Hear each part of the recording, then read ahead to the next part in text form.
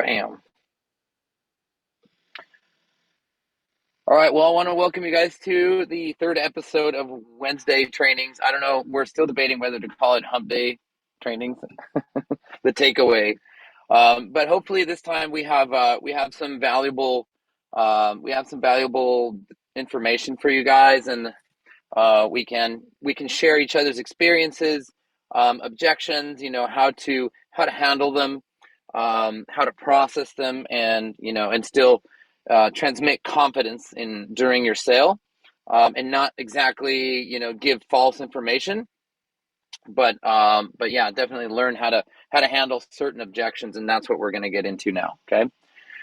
Cool. So my name is Manny Renteria. I'm the CEO at One Up Solar.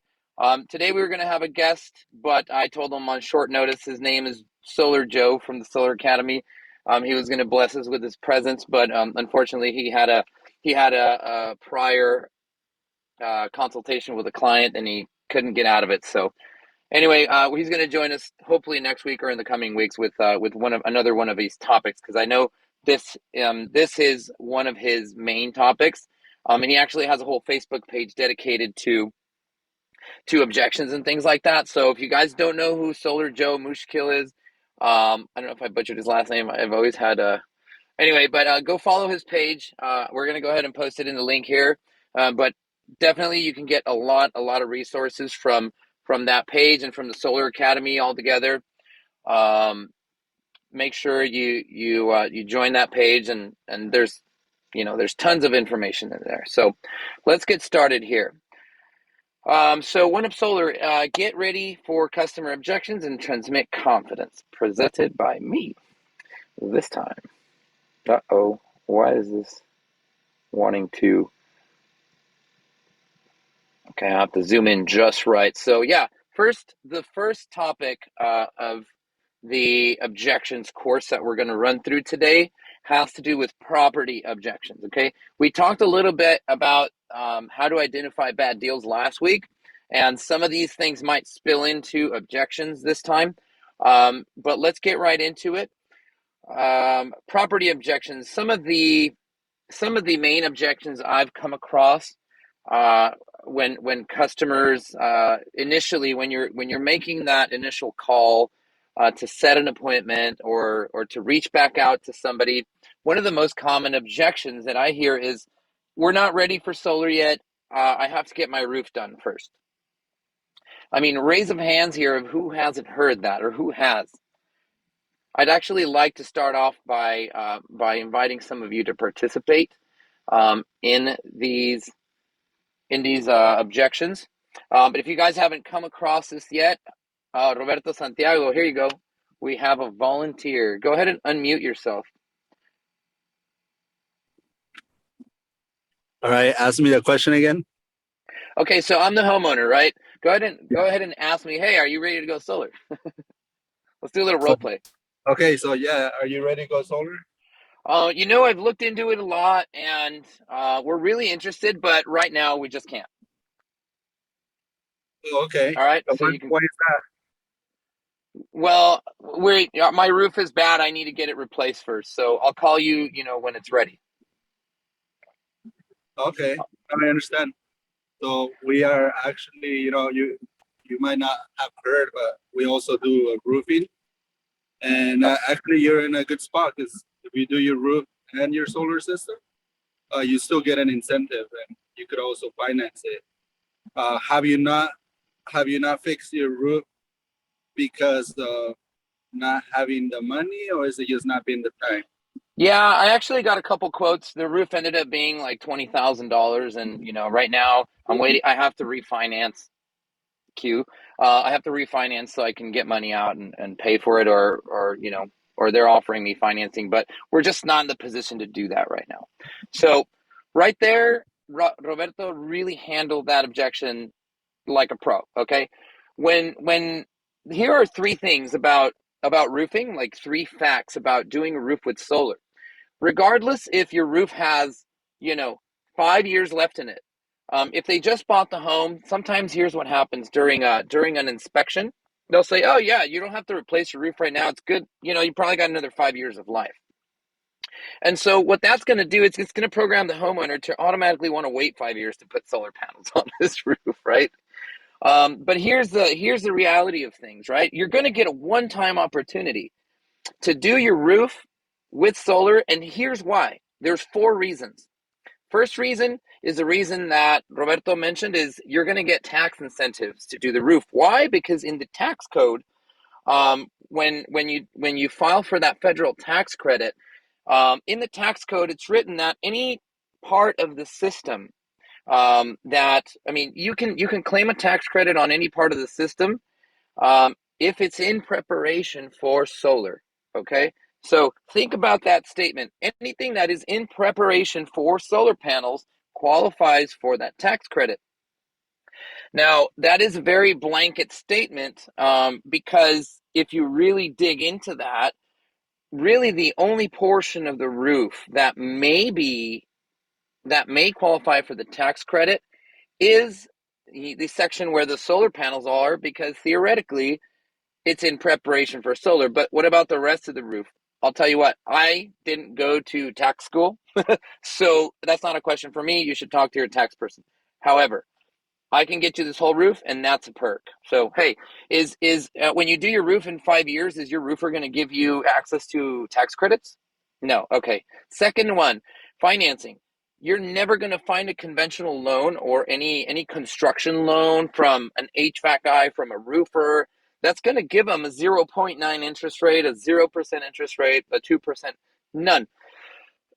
In fact, in that industry and those industries, typically, at least I haven't seen any loans that are like, oh yeah, this is a very, very agreeable, like, 1.5% interest rate for your solar roof or for your roof alone. They don't have that. It's not a thing. I know for a fact that most construction loans are going to be 6-7% interest. Obviously, there's no dealer fees, but when you look at that, when you look at a $20,000 roof financed over 5 years, because they don't do 20-year terms, they only do 5, 8, or 10 years, right?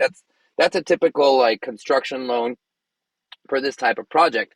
That's just going to mean that they're going to have a $300 or $400 payment for 5 years for just the roof.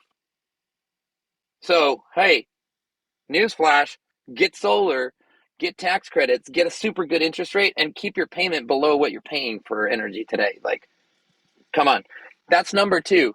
Number three is, well, you're going to get a warranty from the same person that's installing your solar panels. So therefore, the warranties are not going to, they're not going to void each other out.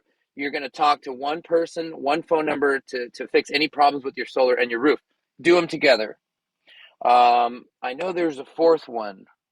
Can anybody tell me any other perks of doing the roof um, while doing the solar, and why it's a good advantage? I'll let anybody come in with one. I know there's another good one, and I should have written it down. All right. Oh, okay. Here's a good one. You're also going to get the best deal on the market. Why? Because as solar people, as solar contractors, our interest is not in selling you a roof. Like, we want to get the roof done because we want that solar commission, right? So we're not out there like trying to get a roof bid and then like put 10% on top of it because that's my sales commission. We don't live off roofing sales commissions, guys. We live off of solar roofing commissions. Solar install commissions, I should say. Now, we can make a little bit of money on these roofs, but that's not the point. The point is, you can tell your homeowner, listen, I'm not in this to make commission money on your roof, and I have about 5 roofers that I can go and get bids from, and you're going to get the lowest bid possible. And I can get you the best pricing on roofing because we do volume with these roofers, right? You don't do volume with your roofer because you're a customer to them, and to them, they're going to send a sales guy that's going to make 10-15% on top of the roof cost. Plus the roofing company is going to go. So you don't get the volume pricing that I do. So let me get you the best deal on a roof. Let me get you tax credits. Let me get you the best financing. Do it all now. Get the same warranty. Blanket it over. We're going to give you a 30-year warranty on this roof. And that's on labor, because most roofing companies will only give you a 2 or a 10-year labor warranty. And what they'll do is they'll rely on the manufacturer's warranty, say it's 30 or 50 years. But in reality, that's only if it's like defective. And let me tell you, Manufacturers are really good at finding out that this issue was not a defect, it was a labor issue, so your warranty is void. So that's a fifth perk right there, right? So warranties and all the other ones we just mentioned. Anyway, anybody have any questions about roof objections? Y'all know how to sell a solar roof now? All right, moving on. In another segment, I'm going to teach you guys how to measure and quote a roof in 5 minutes. In fact, I think we have a video somewhere in Bitly. Can you guys share that into the link? Hey, watch this video. It's really simple. It's a simple go to Google Earth, measure out the square of that roof, multiply it by 1.25, which is the pitch factor. Obviously, if you're like in Georgia or wherever the roofs are, or Texas where the roofs are like, you're going to have to use a different factor. But for the most part, you want to get close to the square footage with the, what do they call it? I guess it's like the angles of the roof and like the waste and all, the waste factor. You can call it a waste factor. You multiply that into it, and then you can kind of figure in the area. Like in California, the going rate for roofing is about $5 per square foot. It used to be like 350, but now with COVID, $5 to $6. So I would go high. I would go $6 on the square footage that you tear. So anyway, the link is going to be in the chat, so you guys can measure a roof, and then you can start building it into your cost. Get as close as you can. If we get a better quote, the customer is only going to get a rebate or a refund for their money back. We're going to be honest about it. But if they're happy, if we have a good margin, and if you tell us, hey, I think we want to keep that as a commission, then we'll ship it right over to you if it works out. Anyway, moving on. Second one, HOAs. Who here has gotten the objection of, hey, my HOA won't allow it? Show of hands, anybody? I know I have.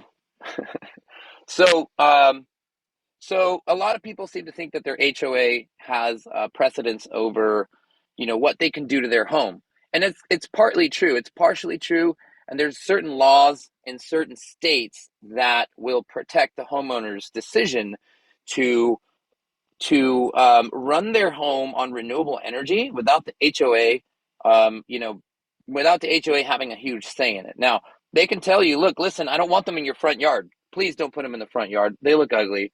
Like, yeah, of course, anybody's going to be like, yeah, don't put it in the front yard, dude. You can put it on your roof and like everybody else. Why do you, stop being a nuisance? But certain things you can do with HOAs and certain you can't. Now, in California, I'll give you guys the example. We touched on this last week, but as long as it doesn't cost the customer 10% more to put it somewhere else, which means if they have to increase the system size and put it on a different part of the house, it's a no-go. They can fight it, and the HOA has to deal with it. So HOAs are not an issue for the most part. So check with us. Check with us always if the customer has this rebuttal or has this issue.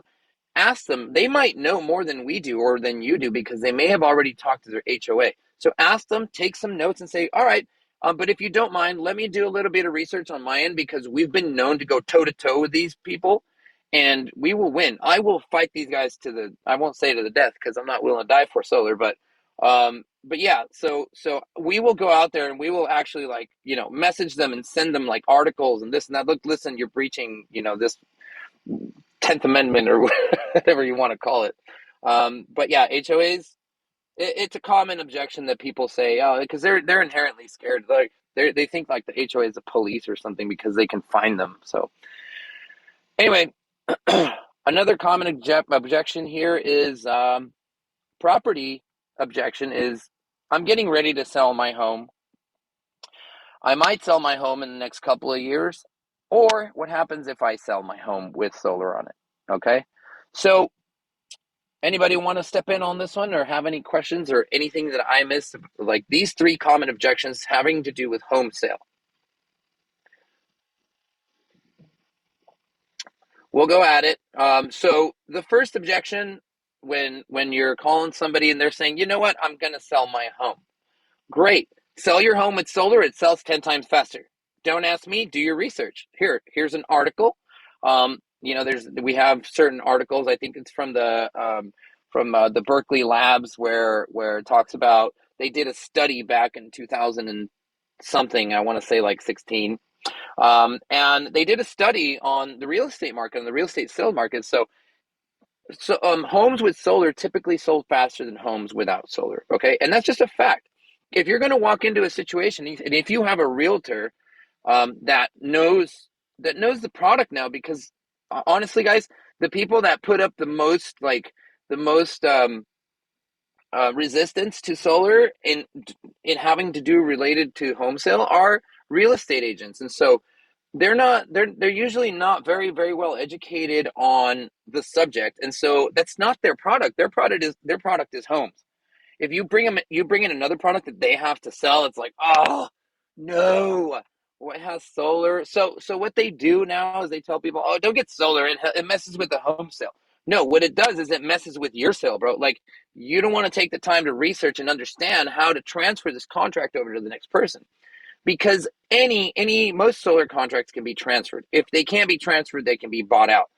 And at the end of the day, if the contract is bought out, it's just a really great deal for the buyer, because now he's stepping into a situation where he has no energy bill, no loan payments, no nothing. Like, there you go. You just saved their life. Like, anyway, that's one of the common objections, and that's how you can kind of fight that one off, is like, look, listen, homes with solar sell faster. Whether it's a lease, whether it's a PPA or a purchase, whether the house is owned, whether it's this, leases even are easier to transfer. You just have to get on the phone, call the lease provider, and tell them the new buyer's name, and they transfer it, and there's no money that comes out of anybody's pocket. Well, what if the new buyer doesn't want the solar panels? Who hasn't gotten that one, right?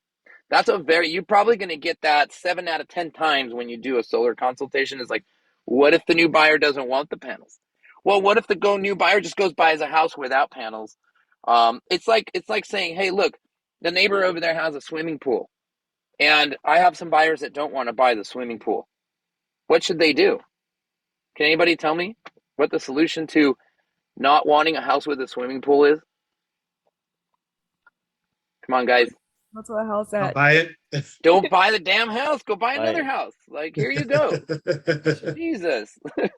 So, I mean, right now we're in a buyer's market, and properties are always going to be worth something. And if somebody likes your house, the solar panels are not going to stop the sale.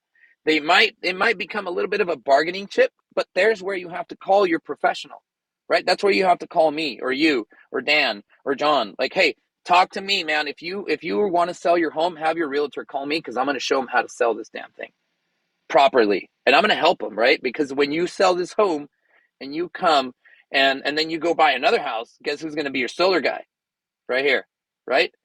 So, and this has happened. I mean, I have repeat customers all over the place. Once you do this for so many times, I have a customer that's already purchased 3 homes. He's on his 3rd house, and all 3 of them have solar. And every time I ask him, how did that last sale go? Dude, after the first one, I knew how to handle it. Like, they already know how to pitch this thing to their realtor and just do, hey, dude, you know what? Here, give me the phone. I'm going to sell this thing. Get away. Um, so yeah, that one. Home objections, home sale. What happens if I want to sell my house in 5 years? Well, most of these are transferable. Obviously, finance companies are going to have different. They're going to have different requirements. Leasing companies and PPAs, third-party owned systems, are typically going to be the same. It's just a phone call away 30 days before the home sale. Tell me who the buyer is. We'll take care of it. No money out of pocket. All they have to do is qualify. In certain cases, they don't even need to qualify. But that's weird, right? Like most people are going to have good credit if they're buying a home. It's not like they're not going to, qualify for a lease on a solar panel. Anyway, most third-party PPA and lease providers are just going to be a phone call away.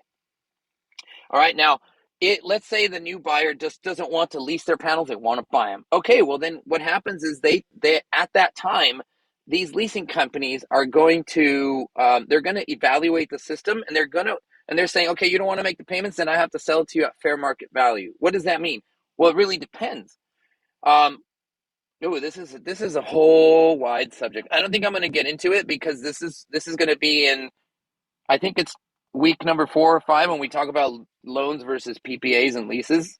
Like, dude, I'm going to give you guys so much knowledge. You're going to want to sell PPAs and leases all day with no judgment. Okay. No judgment. Don't be that guy or gal that says, I don't like someone. Like, you're not the customer, man. Let them decide.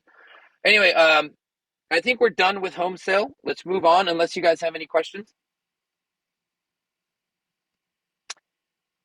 So yeah, get solar, put it on your home, sell the home faster, and if you own the system, it's probably going to appraise to about 3 to 4% more than it's typically worth. When you get the appraisal done, when you're selling the home or when you're refinancing the home, make sure you get a green appraiser. Okay, if there's such thing as it, I'm not making this shit up. Go Google green appraiser, find one for God's sake, and get the appraisal done properly on the solar because you can get so much value out of it. Now, there's other third-party certificates that we can provide, and some of our installers have these. It's called the Pearl certification.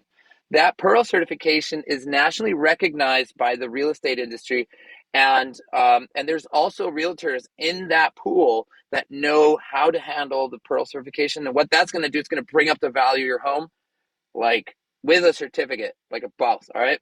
Now we'll get into that subject at another time, but let's move on. I think we covered that ground. Property objections, ground mounts. Hmm. So I can't really come up with. Actually, no, I can. Okay, who's had the customer that owns a single family home in the middle of a residential neighborhood and has, I don't know, a quarter of an acre of property, which is not very much, like a little backyard, maybe another little piece of backyard, and they want to put like a ground mount in the back. And it's like, really? You, okay. First of all, ground mounts are suitable for like places with big area, right? With big open area, because that thing's going to be an eyesore, man. That thing's going to be on the ground. You don't want your little kids running around like, hanging on the wires and shit. Like, that's 500 volts. Like, you don't know what that means, right? It's a lot. It's a lot of power.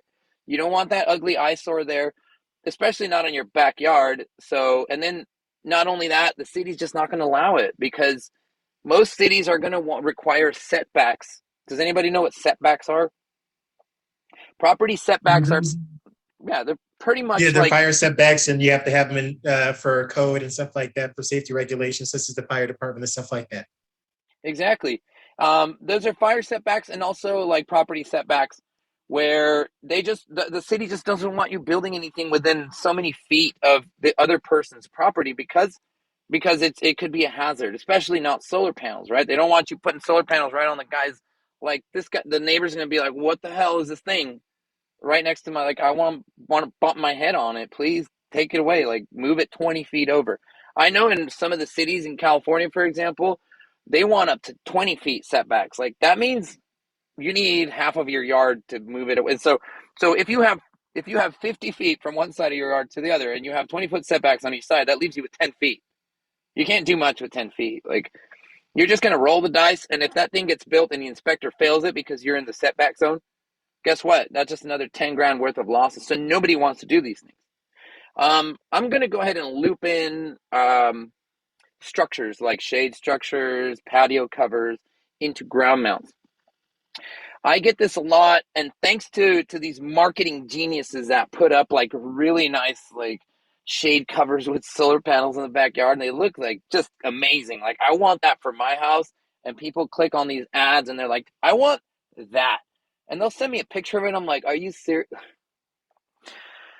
Yeah, that's beautiful and all, but here's the deal. Here's the deal with when you get like translucent solar panels and a custom made steel structure that's painted with like, it's like coated with, special stuff, and yeah, and it's an engineering nightmare, and it costs about $30,000 just to build this damn thing in your backyard, not to mention the panels are going to be way more expensive because they're translucent, different technology, and the warranties are garbage. Like, does anybody know about thin film panels and warranties like that? They're just bad.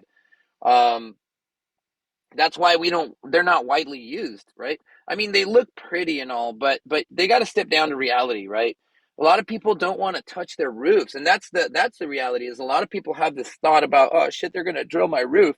Well, the roof is people's one of homeowners' most damning concerns is because that's what protects their house. That's what protects their families, their roof. So I don't want you going up there sticking holes in there, right? And so a lot of people will be like, I don't want any holes on my roof. So no, I want it on the ground. And you know, how much is that worth to you? Yeah, you have a lot. You have 3 acres of land. I would gladly put it out there, but are you willing to pay an extra $10,000 or $15,000 just to get it there, and an extra 6 months?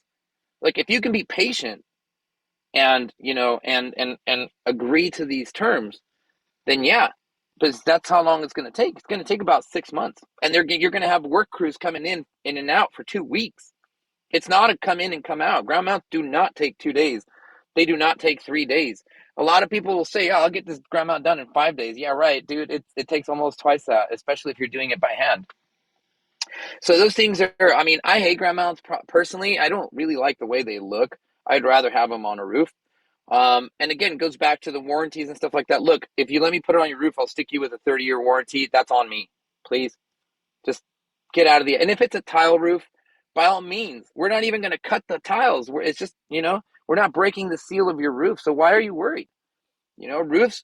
Tile roofs are really, really strong, especially because when we install the solar panels, all you do is lift the tile.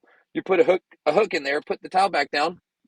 Or in some cases, we use these things called tile replacements, where they pull the tile out and put in a tile shaped flashing that has a post in it, and it's like, boom, there you go. I didn't drill your roof, so why are you worried?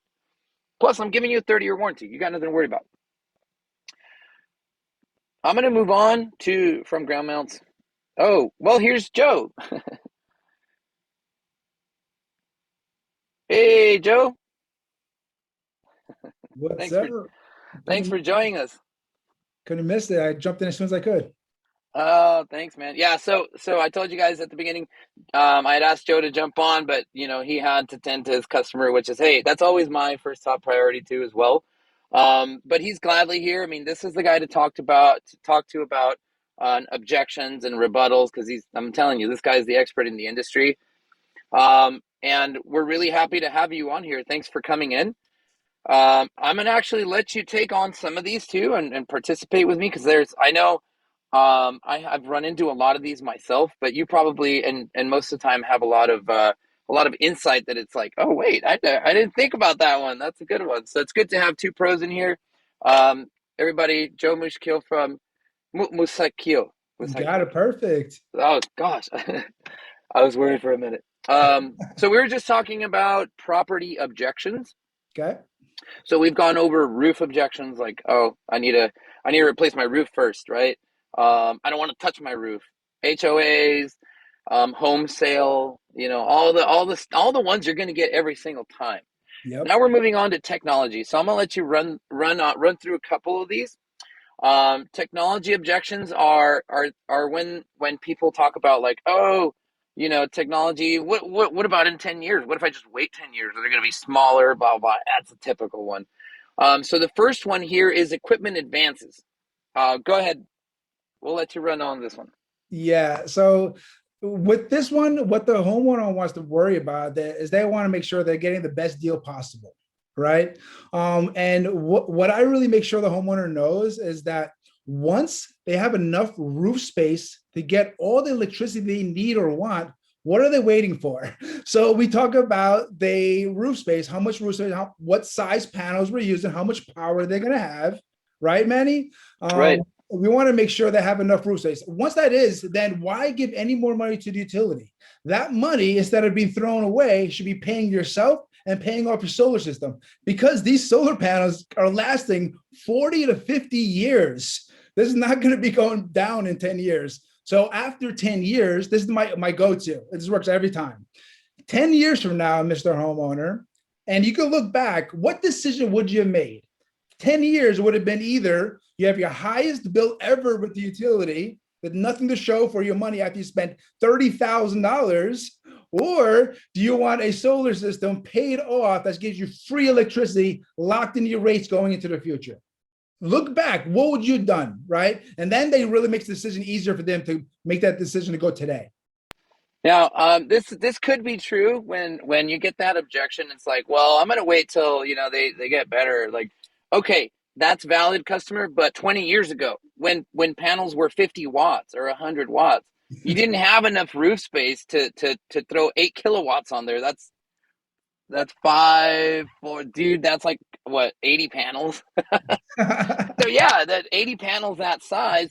But what we've seen in technology, I'm just going to go backwards 10 years. 10 years is 2012, right? Yep. In 2012, the average panel size was about 285, 250 maybe. 240 if you want to go like crazy, but 240 watts compared to 360 watts right now, it's only a 100-watt difference. I'm not gonna say that in 5 years we're not gonna have a 450-watt panel that's the same size as a 350-watt panel.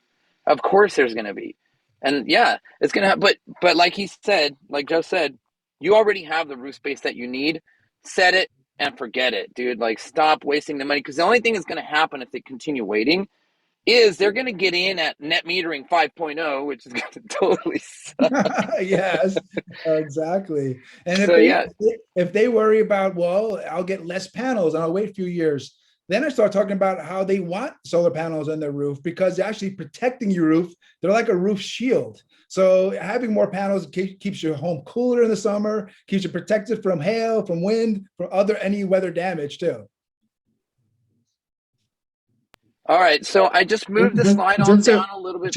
Just to touch on one other thing in terms of technology and stuff like that, when people have these kinds of objections, one of the things I always go to is cell phones and laptops, but cell phones in particular, because everybody relates to them, everybody's got them. And few people go out every 6 months or every year to update their cell phone. I mean, I'm due for an upgrade right now. I mean, like, I have been for over a year, like maybe 2 now. But nobody waits. You get what's currently out there, you make the best of it, and then if something else comes along, you're prepared for it. But nobody waits. Technology always changes, but we still need today.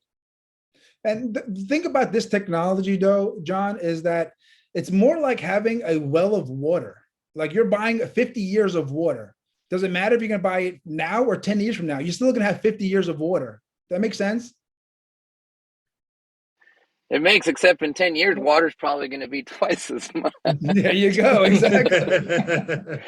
Jeez, man, the water's going nuts right now. I can't wait. When are we going to produce water from the sun? That's what I want to know. Should be or coming from the wind. from weather, as long as it's a renewable energy. Right? Hey, I'll be a water salesman all day, man. So the next one, this one obviously is one of the classics, right? It's one of the classics. It used to be, I guess not so much anymore. I haven't really run into this one too much, because I changed my style of selling from like selling a panel and the manufacturer and this and that to just like, I'm selling you solar, man. You want a black one or a blue one? like what? It's all about the payment, right? It's all about the this and that. But I'll let you jump on this one real quick. I'm gonna go grab some water. Yeah. So this is not really an objection. It's more about a question, right? And it really comes down to asking the homeowner the right questions and explaining the differences to the homeowner the right way, because you don't want to push them in any direction. And what the major difference is from a microinverter and a string inverter is that each solar panel is going to have their own mini inverter underneath it, making sure each solar panel is like a mini solar system, right? That's going to protect it from shade. One panel is not going to affect the other panels. If one panel goes out, it's not going to affect the other ones. But the most important thing is that if one inverter goes out, it's not going to affect the whole system. So when it comes to microinverters, what you're selling the homeowner is peace of mind. The homeowner will never have to, hopefully, right? Never have to worry about the whole system going out at the same time. Now, string inverters may have optimizers, which still helps them with the shade from one panel to another. But if that one inverter on the side of the house goes down, then the whole system goes down. So even if you have a long warranty or have a servicing with that power being out could be the difference maker between why a homeowner will go microinverters instead of a string inverter. What do you think, Manny? I think that's completely true. And listen, I'm a big fan of string inverters myself. Like I'm like I have an SMA tattoo on my chest, I swear. Like I sold those things and I still see them working. You know, they don't break down. They're just built like a freaking tank, those things, right? When you start throwing like electronics on the roof, yeah. I mean, it's like if you tell me I have to sell string inverters, I'll sell string inverters for what they are because they have their positives, dude. The positive thing is that they never break. You know Yeah. what I mean? So there's flips to it. There's good things and bad things. Now, one thing I will mention is in commercial, it's also not a bad idea to go with a string inverter. Why? It's a cost benefit analysis that you have to do, right? So you're talking on a residential property. Yeah, I mean, 25 or 30 microinverters, for a 25-year warranty versus a string that has a 10 and a this and that. And it's like, I'm going to go with the string inverters. I mean, sorry, I'm at the microinverters. I like, or any module level device. Okay, module level device encompasses optimizers and microinverters. So notice here we're not comparing those two, we're comparing string inverters. So the optimizer systems like SolarEdge have a string inverter, but they work independently. But in my opinion, I'm not going to give my opinion because this is on Facebook and I have friends at SolarEdge. So in my Yeah. opinion, they're both great, dude. Just go with whatever. But as far as commercial goes, here's the ticket. If you have 1,000 or 10,000 panels, now each cost of each one of those module level, monitors is now you have to really think about O&M. Okay, O&M is an acronym for operations and maintenance. Now, 10,000 of these units, you might think, well, microinverters have very small fail. Yeah, but they still fail. So you still have to have somebody out there like every day changing out one of the 10,000, right? So it's the truck roll every damn day, And so when you think about string inverters on commercial, you got to send someone out once every 5 years, right? And also it's not going to cost you an arm and a leg. Now you can sell this thing at 180 a watt and still make out good money. So there's places and there's certain times when you should use a string inverter. That could be during an off-grid system, or if you're tying in one of these like evolutionary batteries that are just and they do all this, you might have to use one of their string inverters, and you'll have to sacrifice the whole module level monitoring, which we all know that most homeowners aren't like, oh, what are my like in-phase inverters doing now? Like most of them don't. Some of them will. Some of them will be like, hey, why is this one a little shaded? What's going on? Why is this one not blue enough? And I'm like, oh, well, that's because you have a tree right there. Go chop down the tree and it'll go away. They're like, oh, okay. 100% true. It's not just what the benefits are, it's also what the cost is going to be. And that's what you want to make sure the homeowner sees too. Or don't ask the homeowner which one they want to go. Ask the homeowner the right questions, and you figure out which one makes the most sense to them.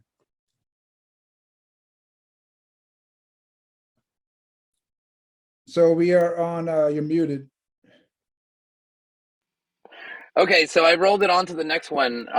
So technology objections with monitoring.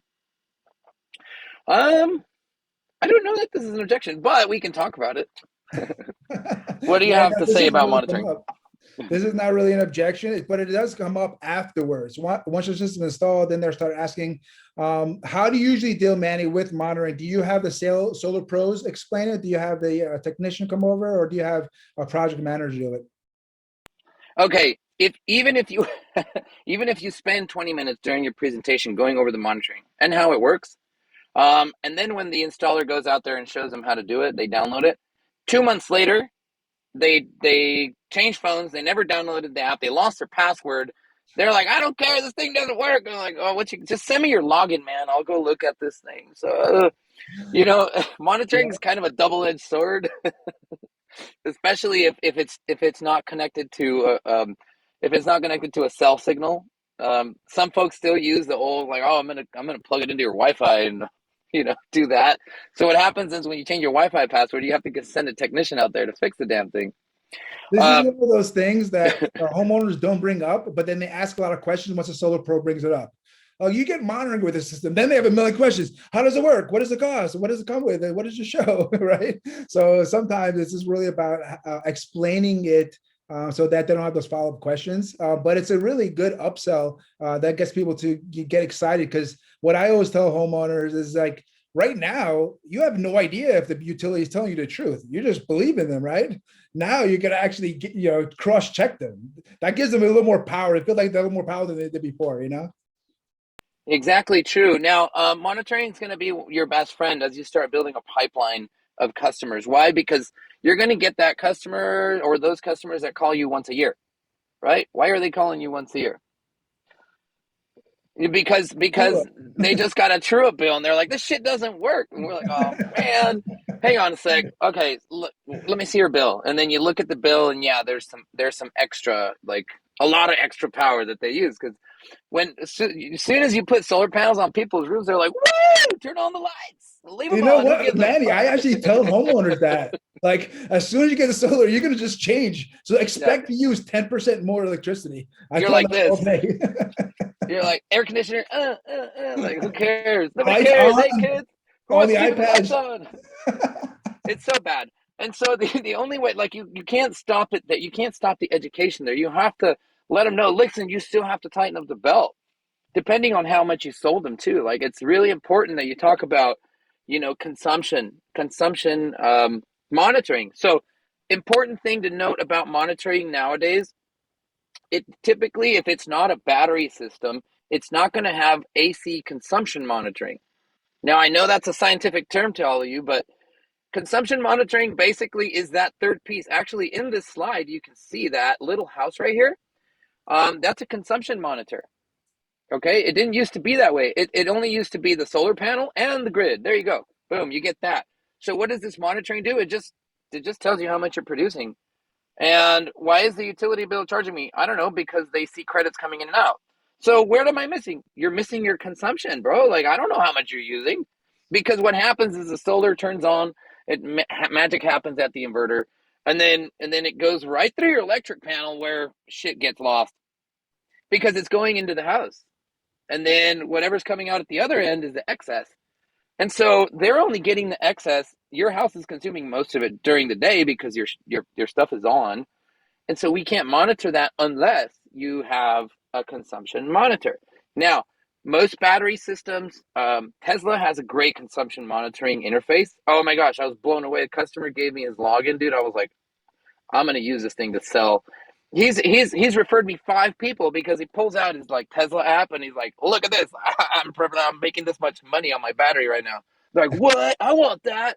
And yeah, like, that's all he does. And he's making, like, and since he's got PTO, he made $5,000. He's paid fucking 6 years of his solar bill already.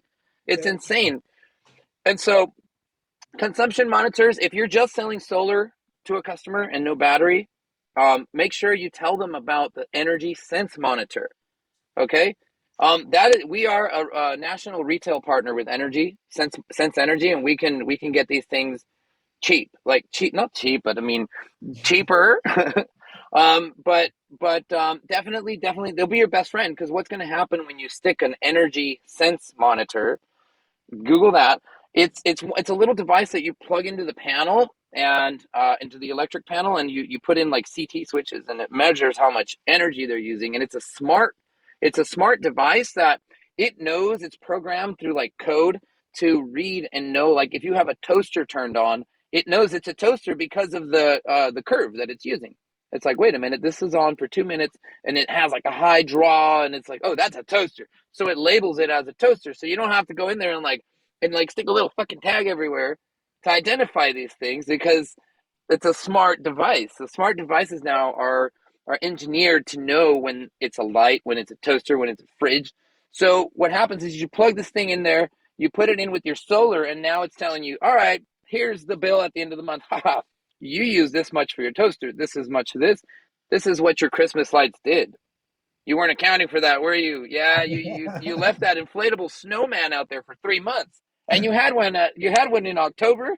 You had a big giant pumpkin out there, and then you had a turkey out there, and then and they're like, yeah, I know, I got them this year because I got solar. I'm like, yeah, but that's a motor, like, it's running constantly all day. so Is yeah, that what some of these? Is that what some of these smart inverters that are coming on appliances are? Well, some of them have the consumption monitoring add-on. It's just they're not standard unless you have a battery for some reason. So the Energy Sense is a third-party device. They can buy it on Amazon.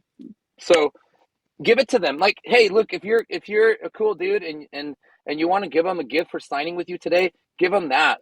And it's a $500 great gift.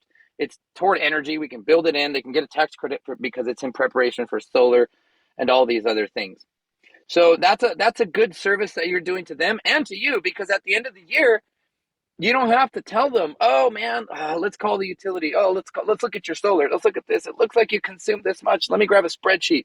No, just say, pull up your sense monitor. There. See, you consumed this much fucking energy this time. And last year you consumed this. So you need more panels. Let's do this, That's where you upsell them. Yes, sir. So monitoring is important and it comes standard. Some monitoring is more advanced than others, but if it doesn't have consumption monitoring, I would say add it on there, or at least speak to them about it and have them get it. Like, hey, just get this tip when the installer comes. Buy these guys a pizza and a 12-pack and have them put it into your panel. Then tell them I told you. just go out and say, hey, what's this thing? Can you put it in my panel? Here's a pizza. Here's some beer. Like, dude, you just earned an electrician for $50. Here you go. I love it. So, okay, battery costs. Objections? Oh yeah.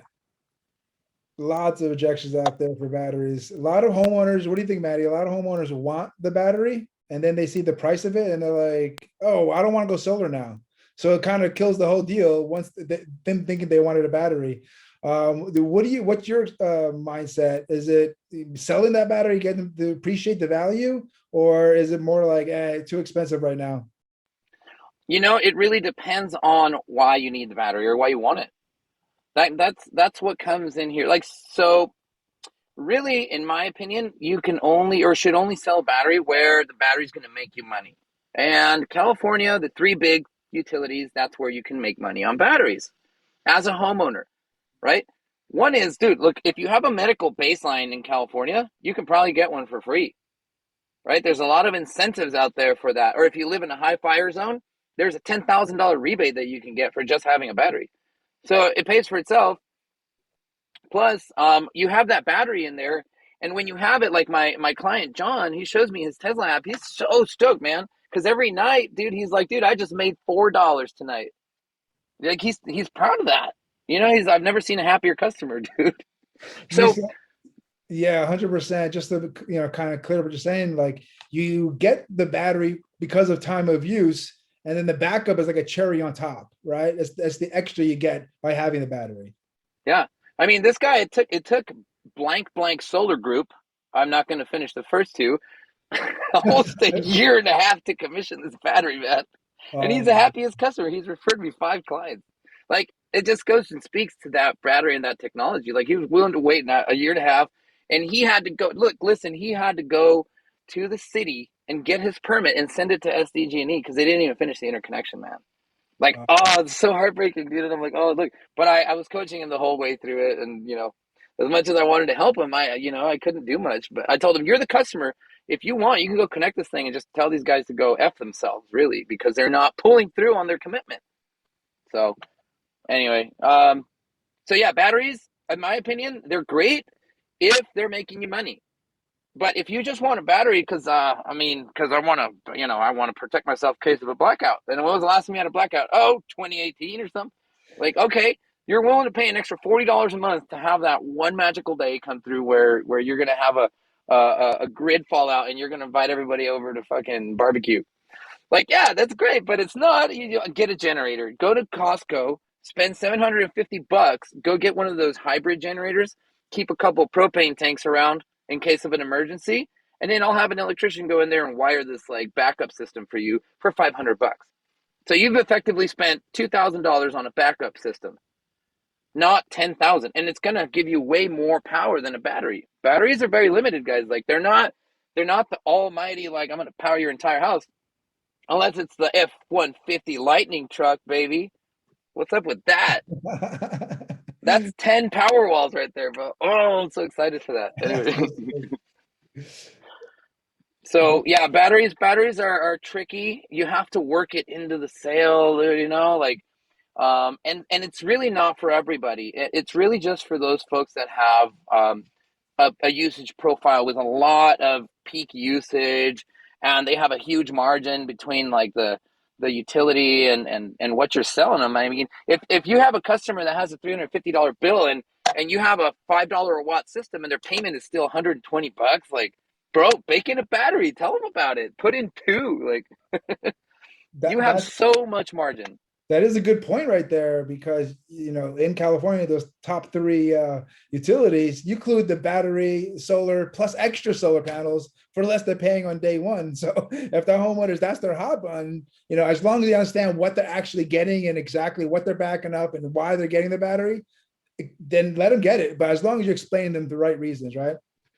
Yeah, I would say definitely if it's just for backup power, like I mean, are you ready to drop 25 grand on a couple of batteries or one? Like, are you ready to add that plus interest, plus dealer fees, plus all that shit? Like, they can really ruin your deal if you don't know how to sell a battery. So my whole thing is, if you don't know how to sell a battery or when, always say to the customer, look, listen, this is going to make you really look really professional, guys. Listen, you want a battery? In my professional opinion, I would wait. Wait about 3 years for the technology to get better and cheaper, because right now they're just insane and they have a lot of problems, which is true and not true at the same time, but it is true. Like, they're version 1 still. Like, you can wait a little bit. These batteries are still freaking 7 feet tall. Wait till And they get. we have to keep in mind, batteries don't last as long as solar panels, and Nope. we can't sell at the same lifespan either. So waiting a few years can help match that lifespans too. Yeah, yeah, and not only that, it's not only about like, oh, batteries are expensive. It's also like, I don't even know what you're gonna do with your solar yet. Let me look at 2 years of your like solar energy and home consumption profile so I can stick the right battery right in there. Because there's so many different types of batteries. I don't know if you need 3 kilowatt hours or if you need 17 kilowatt hours. We don't know yet. Let's wait. Let's wait for your profile to really like come up and shapen up. Then I can really go ahead, John. That's a good question. So let's say you set somebody up with solar. They don't get battery at the time. They make sure that they're equipped for future energy needs. And then they decide, okay, they're going to get the battery 3 years from now that they have like a pretty good snapshot of their energy profile. Are they still going to be able to, or is there an option to finance that battery? Or is this going to have to be a cash deal? What do you think, Joe? You want to answer that one? That depends on the installer, right? Depending on what they want to offer them. So what do you think, Manny? I think there are tons of finance options that will do battery only. It's more and more common. Mosaic, I know GoodLeap and Sunlight does battery only loans. Here's the problem, right? Because, well, I mean, I guess it's not a problem as long as your installer has this option available to them. Otherwise, you're going to have to find another installer to do that. And once you start, touching other people's installs, they're going to be like, your warranty's done.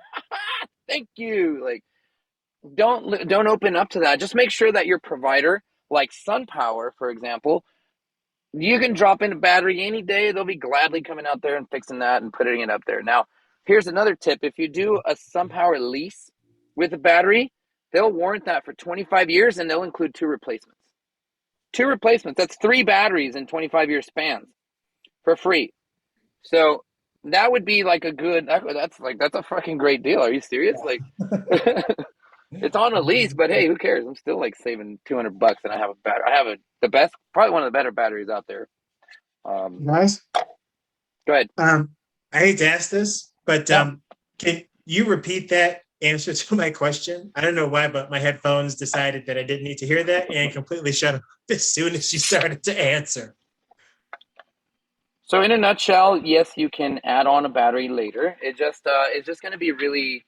I would recommend that you do it with the installer that installed it initially, and make sure that they have that financing that's a battery only type of financing. It's not as common right now, battery alone installs, but it's going to be much more common going into the future. So even though it's not as popular now, it will become more popular in the future, and batteries will become more popular in the future overall. especially with the pricing going down, the technology going up.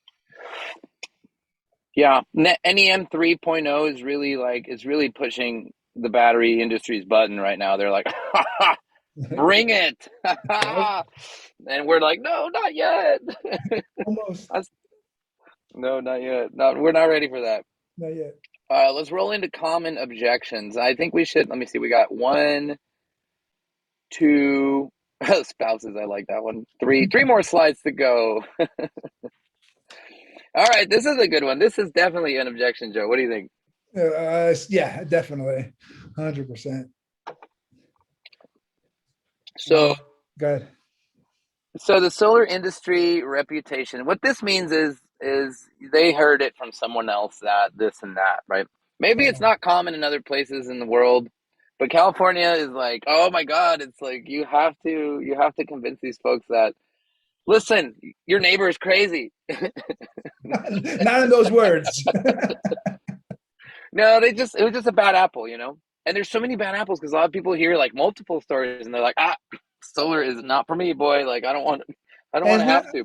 it's not only that, it's just like kind of hearsay. Like, for example, one of the most popular ones is my neighbor says they got double bills now. Like they don't understand that 2 bills could be a good thing, right? So depending on what that neighbor is saying could be the problem too. Yep.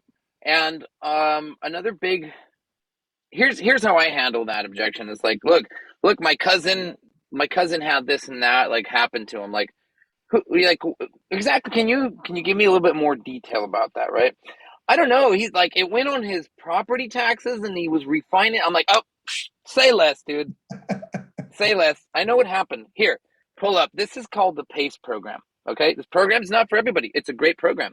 The problem is there were a lot of abusive contractors out there that would prey on people and just stuff them with a huge like burden on a loan and stuff like that. Blah, blah, blah. Anyway, big long story is this is not what we're coming here to do. And by the way, that program has since then almost like, you know, it works in certain cases and for most people as long as you know how to use it. I mean, that's the only thing I could say because I'm a big fan of the PACE program. Don't get me wrong. It helps out a lot of people, but you have to know how to use it, when to apply it. Go ahead, John. I think I was just going to say, when it comes to this, and I've come up against this myself. I mean, really, it comes down to you setting yourself apart from, the rest of the industry and everybody else. I heard the same thing when I was in the auto industry selling cars. I'd imagine that car salespeople probably still have a worse reputation than solar industry guys. So, it really comes down to making the customer feel comfortable with you and being transparent. And once you've earned their trust, the solar industry, reputation isn't going to matter as much. Only yours is. Yeah. I had a client down in Florida who had people knock, and she was like, I have had 4 or 5 people knock on my door, and there's absolutely no way I would get solar from them. And I sold her remotely. So, like I said, you can overcome these reputations and this stuff just by being transparent, being yourself, being trustworthy, and earning their trust. Once you earn people's trust, the rest is a cakewalk. Definitely. And the thing is that we provide so many tools to build that trust. 30-year warranties through Solar Insure, a third-party insurance company that is backed by a multi-million-dollar insurance company. Like they're owned by a big insurance. So they're not just some like, oh, I'm just going to, come over here and like just make a bunch of money on insurance. It's like, no, this is like a tried and true company and they're going to back you on this and this and that, right? This is why we put these things in place. Oh, well, my neighbor, they messed up his roof and like they're not coming out to fix it. Well, yeah, I have something for that. It's called this, right? It's called Solar Insure.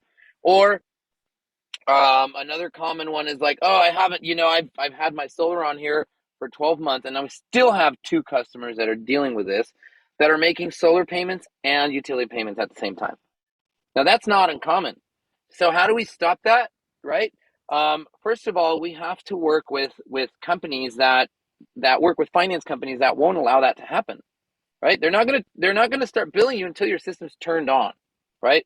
So when you hear that, you automatically have to go through your Rolodex of like, oh shit, or call your sales managers like, well shit, what do I do about this? Like, who out there offers a guarantee not to pay a double bill. Oh, well, I'll tell you right away, name drop, boom, use this. So here you go. If that's their concern, fight that objection with a guarantee. Always, I think guarantees are the best form of getting rid of an objection, right? It's like, here's my guarantee. It's in writing, boom, and it's backed by this, it's backed by that. So you're not going to have that issue with us, okay? With this one specifically too, empathy is like really, really important. Really understanding that it's really they have this is their understanding. This is what they heard. This is what they think. And instead of being combative with them and arguing, which never works, and so arguing never works, understand where they're coming from. I have a feeling of like, I totally get it. I feel for that person. And when I was in experience, I did the same thing, or I seen that before. Understanding where they're coming from and then having an explanation is going to really go far in that conversation too. And yeah, definitely empathy is a big one. Like, yeah, I get it. Even if you share a story similar to that. Yes. And then offer like, oh, instead of doing that, I did this and it worked out. Like, oh, interesting. Okay. So yeah, definitely empathize, and also share stories. Like, share stories. Story sharing is the best form of selling, right? If you can master that and always tell something with a story for some reason, like you can close a lot of deals. So I don't know. I learned that I'm not the best story teller in the world, but I know that people that do, I'm like, full attention, man. I love your stories. Like, how do you do this? I know Jake's a great storyteller, but also Jake he is backs great. it. He's one of the also great greatest, like, closers. at doing takeaways. Yeah. And this might be a good time to start doing a takeaway, right? If they start giving you negative stuff, like, oh, you know what? Maybe this is not right for you. If you're in the same situation on a homeowner, and like make them feel like, oh, maybe I'm not going to get this. And then all of a sudden they can start asking, well, maybe, and they'll start defending themselves in that situation. Well, no, actually, I'm in a different boat. My roof is like this. And then they'll start selling themselves. So doing the takeaway at the right times is definitely a good tool to use too. Yeah. Yeah, you guys got to meet Jake. I think we'll have him on here next time. Jake has his is the founder of the Solar Academy too. I'm sure you guys have seen him around, but great guy. You have your hand up, John? You still? No. Oh, back to what Joe was touching on in terms of empathy. Just following up with the feel, felt, found approach, which I think he pretty much described in his interaction with the customer. But I mean, just to put a label on it, feel, felt, found is, I understand you feeling that way. Other clients of mine have felt the same way, but what they found is once you go with solar and then you blah, blah, blah, blah, blah, and then you validated their objection, you've addressed it, you've moved beyond it, and you can hopefully get to signing contracts. You just get used to having that kind of conversation. Just get used to understanding where they're coming from and then giving them a story that relates to it and then solving it. We're just so used to, we hear these things and we just want to solve it. And that just doesn't hit the homeowner in the same way as using that method. But go ahead. That's a good one. So what's another, like the last, I'm just going to like kind of leave this and then move on to the next slide. The solar industry reputation. Well, the thing is, you're selling a solar product, but you're also selling yourself, right? And at the end of the day, like you're you're their guide through this whole thing. They're going to trust you. You can't be the guy that walks in there, closes the deal, walks out, and you never talk to them again. Because they'll cancel on you right away. Don't ever stop answering your phone calls, guys. I know I've been in this position where it's like, oh, I know this customer, I know what they want, I know why they're calling me again. And you know what? I've been the guy that's like, oh, I'm not gonna deal with this right now, and I put it in my pocket. Or I'll just be like, hey, I'm on a call. I'll call you in 10 minutes, and then I forget to call him, and then I'll call him the next day, and it's like, sorry for not getting back to you. I was trying to figure out what was going on. But you know what's happened when these calls, and I know they're calling about, like, it's completely the opposite. I'll pick up the phone. They're like, hey, what's up? I have a referral for you. I'm like, oh, okay. Yeah, sure. Then shoot it. Like, fucking, what are we doing? Who is it? Like, I'm curious. And then they're like, okay, yeah. The name is this. I'll send you over there. I got something to write with. Okay. Oh, also, by the way, what about that thing? I'm like, oh, shit. Yeah, you're right. Okay, I got you. But hey, that just gives you gotta be accountable for these things, right? You just have to face it, because at the end of the day, your sale doesn't stop at signing, bro. Like, you're their customer for life. Yes. They're your client for life. Like, The only way you're going to lose this client is if you change your phone number, basically. Like, but always be there for them, through thick and thin, like they say, right? Because at the end of the day, they'll have the worst experience. And I've had customers that have terrible experiences, but they'll stick to me because I'm always there. I'm always there, and I'm always backing them, and I always try to find a way. And if it takes us a year to figure shit out, at least we get it done. Because some people will understand that it's not always like, it's not always my fault. It's not always this. Like, as long as we paint the picture how it is, and they understand these things, like, they're going to be there, and they're going to refer you because, hey, look, no matter what happens, they know it's a case by case. The solar project is probably the most comprehensive and difficult project they will ever embark on in their home. Like, kitchen remodeling is a cakewalk compared to solar project, man. Seriously. And you would think it's a lot more involved, and it is, but it's just, anyway. There's so many entities out there that don't want you to go solar. Utilities, cities, and like HOAs, everybody's fighting against, so you just gotta be there and tell them, hey, you ready for this fight? Because we're gonna go toe to toe with the utility, with the HOA. We're gonna, everybody. But believe me, man, it's gonna be a fight. So just be careful. So set the right expectation. That's good. That's what's gonna make you like really a good sales rep, is setting the right expectation. I never did that in the beginning. I was like, oh yeah, it's gonna be installed in 3 weeks.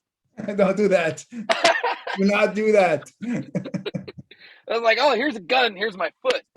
Like, I hate you, foot.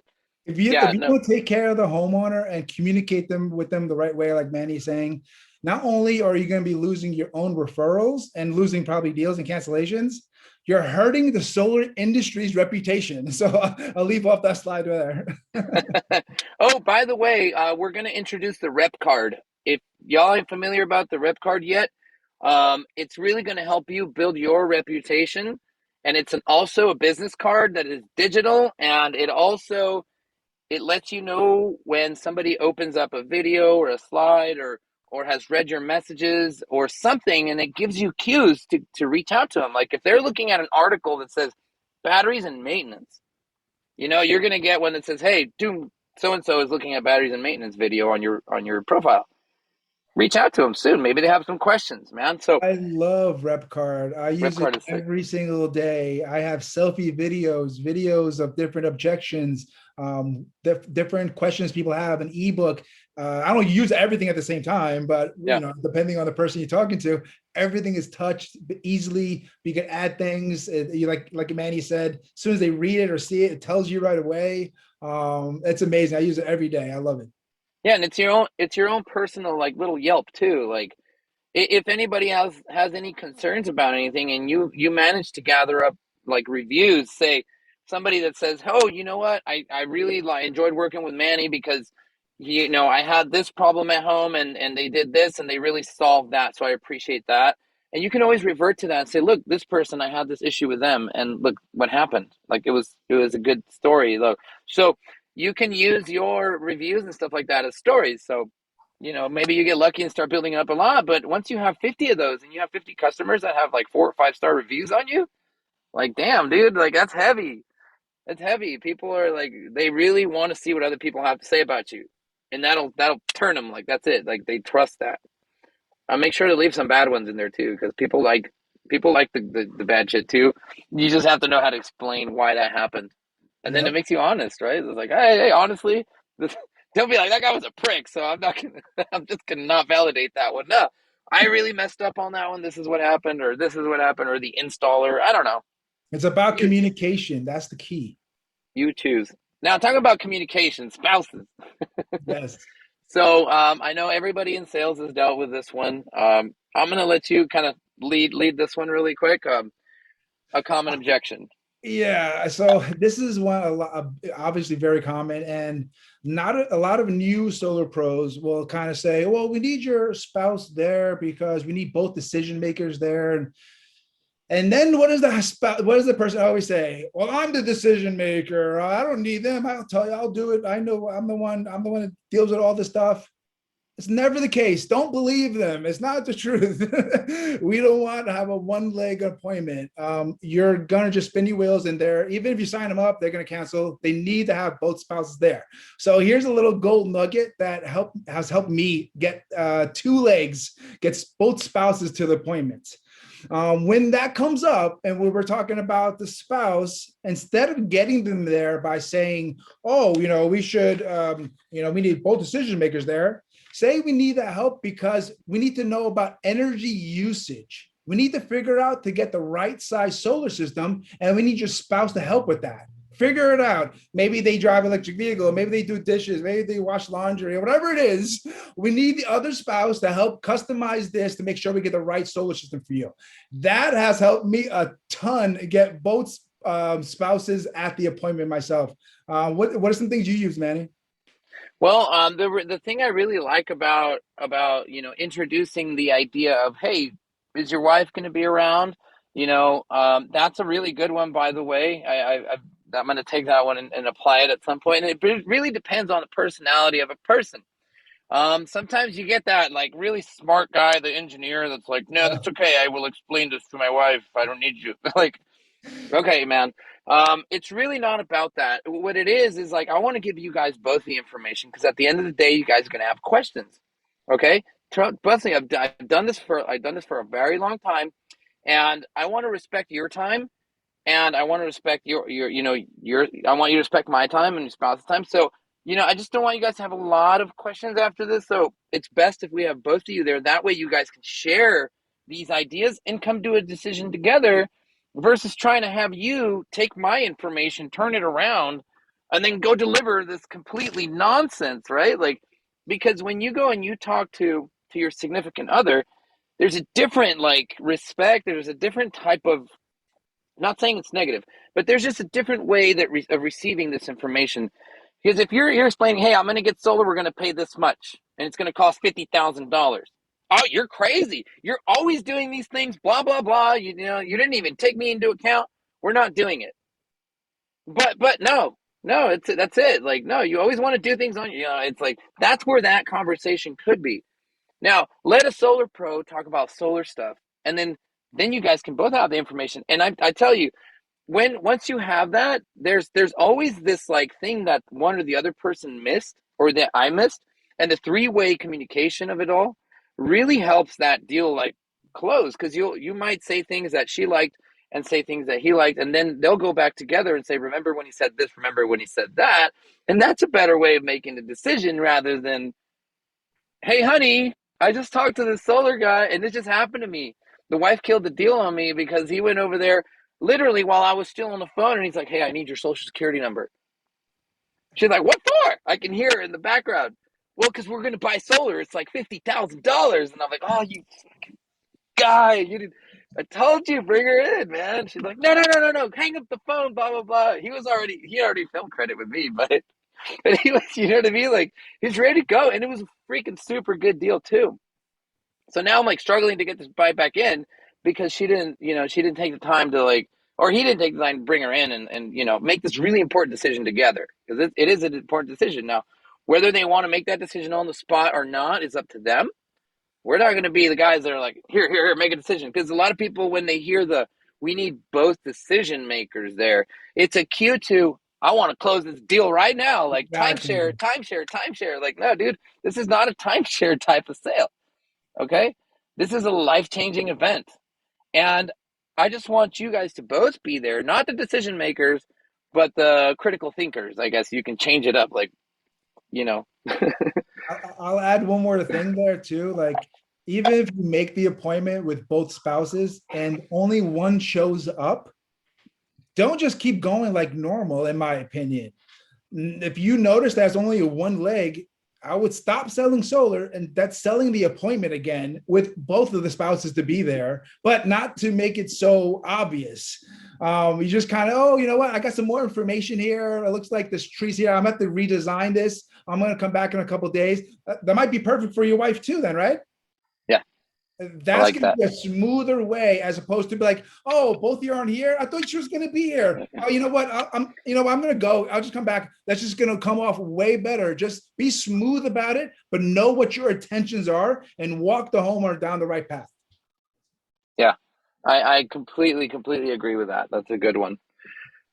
So moving on to One the more next thing one. I'll add too, Oh yeah, man, yeah, right yeah. there, Please. because a lot of us are doing Zooms these days, right? A lot of it is virtual. So sometimes it's not a perfect world. Sometimes you have to do that appointment with that one leg. He's there. It's been the third time. You want to get this through. Don't forget that you can record that, and then get the information of the spouse, get her email, get her phone number, and then start the conversation with the spouse. Send her an email, give a little explanation of what your conversation with, how it went with the spouse. Have it do a three-way text with the other spouse. It's not over. It just, you have to kind of get the other spouse involved somehow. Yeah, that's a great one. I've actually done that and it's worked. So yeah, ask for the spouse's name and then record the conversation. That's why you're supposed to get the Zoom premium version, so you don't run out of space. But definitely record it. And as you're recording, hey, would Susan would Susan enjoy like having a little bit of extra time with her and extra power for this and that? Like pretend like she's even there. And Yes. then, and then the recording, she's gonna be feeling involved because she's basically there, but then she might have some questions later, right? So, hey, feel free to tell Susan and you guys together. So here's what I'll do. I'm going to put you guys in a three-way text. So you text both of them, put them both in a three-way text and say, hey, thanks for the presentation. Here's a video. Susan, I know you weren't able to make it because you were taking the kids somewhere, but I'm here if you have any questions. Please watch the video. And yeah, like that. Even better than that, Manny, if it's like you're negotiating with the one leg, you know what? If we'll go hard on this, but do me a favor, can you do a three-way text with your wife and have the homeowner text the wife and you? That goes even way better than you texting. Yeah, definitely. Then that buys you a lot of like respect boundary, right? Type of deal. Exactly. Because then she might be like, "Who the hell is this guy texting me?" Yeah, you're right. Yeah, it's a good one. Doesn't always work, but every little thing Doesn't you can always- add is going to help. Yeah. So financial indecision. Okay, coming to our last slide. Financial indecision. What does this mean to you, Joe? It's thinking that they're spending money, not making money on solar. Thinking that they have to, like it's like another expense, another debt. And for me, what's really made is the easier decision for homeowners is realizing that they're spending this money already. That Right. once they have this understanding that money is being spent and really beating the bill, like really making them understand their utility bill, what they're paying, what they're getting, what their future looks like, how the rates are going higher and higher, like understand where they're in and what they're doing now, and then solving that problem with this. Solar at the end of the day is not, then homeowners aren't going to do it because it's good for their environment, it's good for the planet. It's because they're making money. They either making money monthly or they're making a great investment and making a great ROI. One or the other, they're making money. But it's our job as solar pros to not overwhelm them with a bunch of options. It's our job to investigate, ask the right questions, know what options are available to that homeowner. And based on your knowledge and based on the conversation with the homeowner, you tell them what makes the most sense for them. And that's where them knowing what the problem is and you giving the solution is going to make things make a lot more sense for them. Definitely.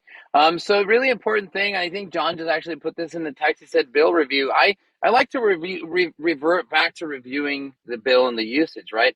Some of these proposal tools, like I like Sonobe's, for example, the slide graph. Also, Go Solo has the same thing where you can slide it, then you can change it to the utility escalation to be like 3% to make it fair, because 6% is high, man. Like you're not gonna spend fucking $700 a month if you're spending 100 today in 25 years. Maybe not, maybe so. Who knows? But just be a little bit like, even watch them see you do that. Look, I'm gonna bring this down from 6 to 3 because I think 3 is a little bit more like on the scale, even though our economic inflation right now is about 12% per year. It's like bananas. But as far as financial indecision, go back to the bill and say, okay, yeah, like he mentioned, like, how much are you spending today? How much are you going to spend in the next 25 years? It's something that you're not going to get rid of. You're going to continue renting your power at a premium, and you're going to pay all the rental prices that the quote unquote utility landlord is going to want to charge you. You're going to have to pay out the nose because you have no other option than me. Solar, okay? So that's like, that puts a cap on financial indecision regarding that. Now they might say, I'm refinancing my home.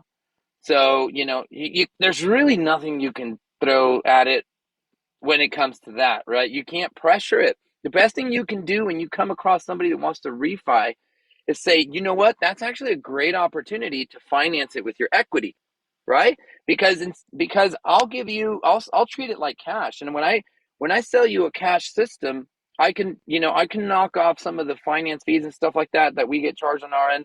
Although you're not really supposed to mention that, but we all do it. Shit, I can give you a better deal in cash. Cash is king. Just say Yeah. cash is king, like I'll knock off some taxes or something. Like I'll take care of the tax. Just give me cash. And then what's going to happen is with this cash payment, now you're going to have to pay me less and your interest rate is still going to be pretty low and it's going to be included in your mortgage. So think about that. If you're going to refinance, look at that option. And, Manny, you don't have to pay cash either. They can do the zero dealer fee option, and have that be another way to get them to get it done now, and then still have the flexibility to refinance later, pay it off, or to get a different loan. Doesn't matter what you do later. Right. That could be an also really good one. But the thing I've found with people that are refinancing is they don't want to touch their credit because for some reason they think that an inquiry is just going to ruin their chances of getting the best interest rate. With Good Leap, they do a soft credit check and then a soft one at the. It's only hard until install. Oh, okay. So that buys you about 30 to 45 days. You can get your refi done. Okay. Exactly. That makes sense. Now you can do, yeah. And what he was mentioning by a zero dealer fee loan, it's going to be maybe like a 10-year 799 loan where you're not going to have a bill anyway for like the next 5 months. So, or 2 months until the system gets installed. So you're not even going to see a bill. You can pay it off. You can do this now. All right. Or we have like other finance companies where you can do same as cash for like a year. That's still like a 5% dealer fee, but hey, in the name of getting this done now, I'll give you a discount of say 15% versus 25%. Yeah, Good Leap has a 25-year 799 no dealer fee one too. So that's good. Crazy. So I mean, you can throw that in there, or you can also side with them on the whole, like, okay, well, if you just want to wait, dude, look at this option or doing that, and then sometimes you just have to kind of follow through with it. If they're not ready to make that sale, it's just another objection, right? But yeah, that's a good one. If you can promise that it's going to be a soft check, that's where it's like, oh man, it's in there. It shows it in there in writing. Yeah. Soft credit check, soft pull. Yeah. So yeah. Now another thing is with leases and PPAs, also there's soft checks. So it won't appear on their credit report. So even if they're looking at a lease, or something like that, and this is a really important one about financial indecision, because the big one that they always want to say is like, all right, well, shit, I got to talk to my tax person. I'll get back to you. And I don't know if I qualify for the tax credit. And you don't want that one to catch you off guard and bite you in the ass later. So if you're in a place where you can offer a lease or a different option other than a purchase, please bring it up, dude. But talk to these customers first and get to know them. You might have a person that has a really nice house, and these people are loaded. He's young, like he obviously has a tax appetite. Don't assume, man, because most people that own businesses will write off every damn expense that they have, and they might claim smaller income, and you never know that they might claim 30,000 a year when they really make 200 grand. So what that money out of their 401k and use that as their taxes. So there's different ways that can happen too. Yeah, there's different ways to do that. But always, I mean, if you have that, because it's happened to me, it's happened to the best of us, where if you fail to pitch a product that is available, and somebody else comes along and says this is this and that, and they're like, oh shit, I actually like that.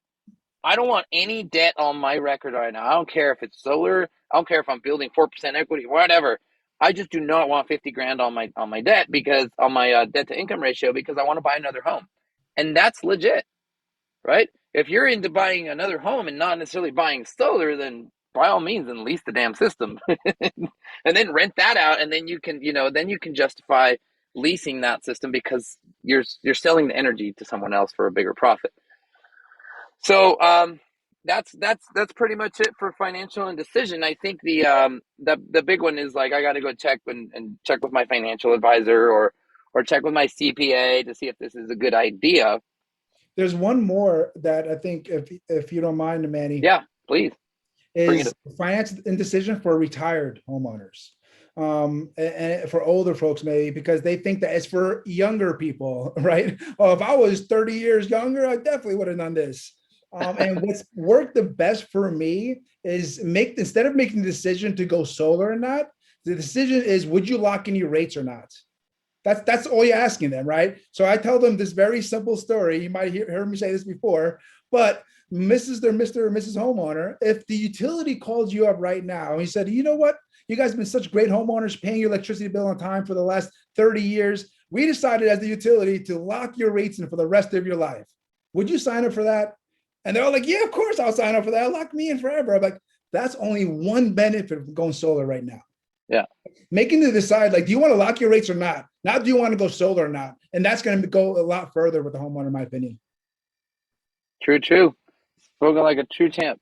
All right. Anybody else have any like final thoughts or questions they want to jump in here? We've been at it for about an hour and a half. So oh yeah. I'll try to jump in. Yeah. Hey, this is a big subject, man. I was hoping that some people would bring in more objections and that we can answer them, but that's what your Facebook group page is all about. So guys, if you don't mind, I think Manny, somebody I have one objection that I actually came across 2 days ago. So what if their main concern is fire? Like if the panels, like if there's a thunderstorm or something, and then the house catches on fire or something.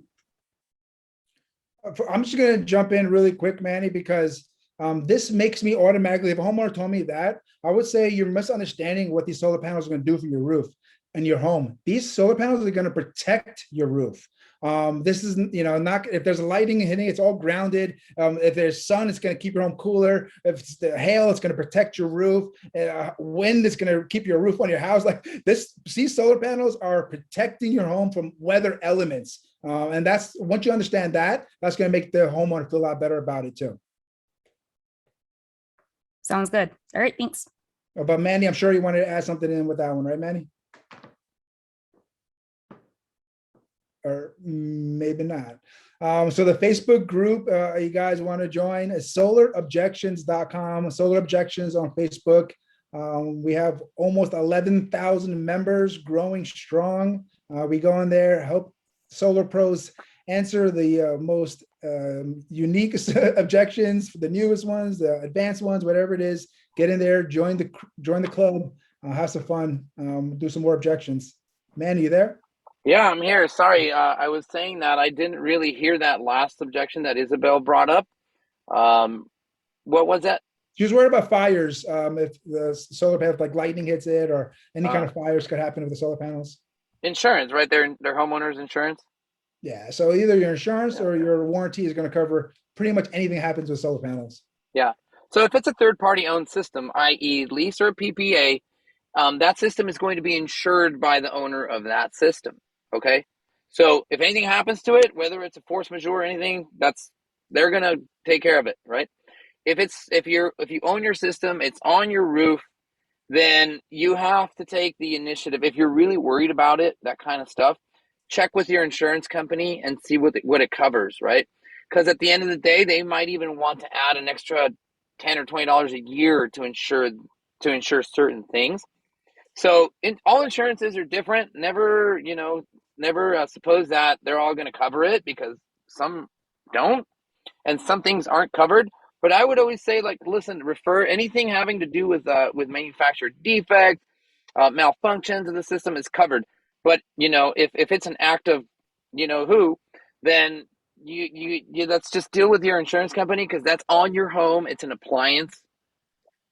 Some may treat it as an appliance. Some may treat it as, hey, it's a premium thing, and I have to bill you some more. But At the end of the day, if you're worried about these things, then by all means, like go check with your insurance company and just alert them to that you're worried about fires. Like that's on you. Like if you want to get a life insurance for your for your solar system, then go ahead and do it. But it is So normal. These are normal questions insurance companies they have. are. Just tell the homeowners about it. It's not going to skyrocket the insurance or anything like that. But it's definitely a conversation a homeowner has to have with the insurance company. Yeah, exactly. I wouldn't say, yeah, I definitely wouldn't just say like your insurance will cover it. Check with your insurance provider, and they're probably not going to do it. Just that they'll feel better if you at least let them know that that's not something that you promised them, right? So all right. So yeah, so Joe's group is on there. Make sure you check on if you guys have ever any like get stuck in anything and Joe's not available, I'm not available. Always refer to that group. But Joe and Jake are really good resources in the industry, guys. They have a lot of friends and they're always willing to help. And if you guys want to take it a next step in your solar game, definitely think about joining the Solar Academy. Okay. You can learn a lot. They have a lot of subjects and things like that. And I'll let you guys kind of, I'll just promote it here like that. But these guys are a great resource, and they have a huge following, and it's for a reason.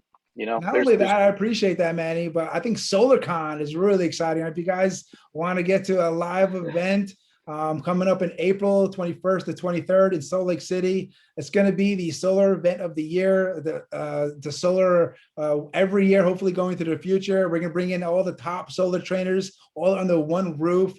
We're going to have all the vendor sponsors. It's going to be a big party. It's going to be amazing. So if you can make it Salt Lake City, go to attendsolarcon.com, get your tickets, baby.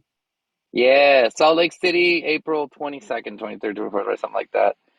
Yeah, Yep. we'll be there. We're getting a booth, and Solar Exclusive will be there. The top players. I mean, you just go and rub shoulders with everybody, and this is how you get to know people in the industry in person. It's going to be great. Speaking of Solar Exclusive, Rich Viola is going to be on the live stream today, 4 p.m. We're going to go over some online lead generation stuff. So if you want to make that on the Solar Aggression group, be there, baby. Oh shit! I'm actually going to join that. Yeah, let's go. All right, guys. Well, thanks for tuning in. That went for a very long one. We're gonna put this in YouTube and edit it as much as we can, but it'll be available to you guys at our YouTube channel. It's just YouTube/OneUpSolar. So you can have a bunch of videos in there, and pretty soon we'll have more stuff for you guys. Okay. Manny, just a quick question. You'd mentioned the rep card. Oh yeah, rep card. When is that already in place, or Yeah. is that? You may have already gotten an invite. Nope. Okay, yeah, we're talking about because we have to send this out to certain people and stuff like that. But if you want to be included in it, we'll put you in the list of folks that are interested. And we're gonna have another webinar just dedicated to that here pretty soon. So, but we'll talk about it offline. You guys are gonna get some messages about it. Don't think you're left out on it. All right, cool. All right, guys. All right, guys. Well, thanks again for tuning in. We'll see you guys next week, same time, same place. And thank you, Joe, for joining us. Thank you, Manny. Always giving us awesome value, man. Appreciate Joe. Thank you, Manny. Peace. Peace. You guys have a great night. Peace.